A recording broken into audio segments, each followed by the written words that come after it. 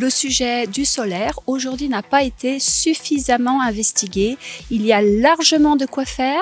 L'ensemble des plans climat, notamment en Savoie, ont pour objectif de multiplier par 15 leur production d'énergie solaire. Ça ne se fera pas tout seul. Il faut que tout le monde, collectivement, s'engage vers cet objectif. Alors au niveau national, c'est vrai que le département de la Savoie, notamment avec ses partenaires, a toujours été précurseur et en demande de développer les énergies renouvelables. Il l'a fait avec l'hydroélectricité, il le fait également avec le solaire depuis une vingtaine d'années, avec justement la création de l'association INES-PFE. On est vraiment maintenant dans la massification finalement de la promotion et de la formation autour du solaire. Et il est vrai que cette plateforme INES-PFE a été également capable de répondre à un besoin à l'international avec de nombreux contrats avec des pays africains notamment, mais pas que, européens.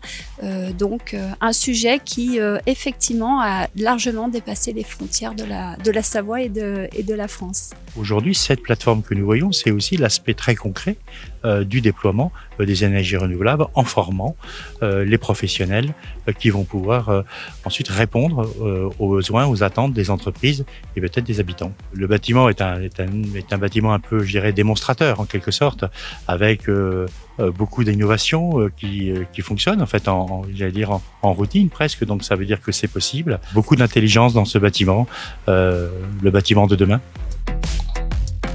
Vous avez vu la nécessité d'accélérer le déploiement de l'énergie solaire. Il nous faut juste avoir des hommes et des femmes qui soient formés, bien formés, pour pouvoir installer, pour pouvoir exploiter et pour pouvoir réparer. C'est le sens de ce projet au sein de l'INES.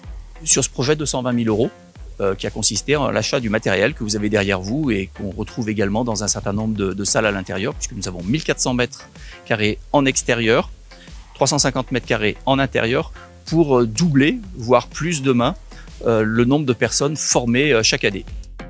Dès 2016, en fait, on a commencé à réfléchir à la restructuration de la plateforme avec le rapatriement des activités qui étaient localisées sur la Ravoire à l'époque, avec un objectif qui était ambitieux, c'était de faire de la plateforme formation et évaluation de l'INES le premier centre de formation autour des métiers du solaire au niveau national. Donc il nous semblait très important d'avoir un outil pédagogique qui soit à la mesure de ce qui se faisait sur le pôle recherche. La politique française est déjà engagée depuis de nombreuses années sur ce développement des énergies renouvelables.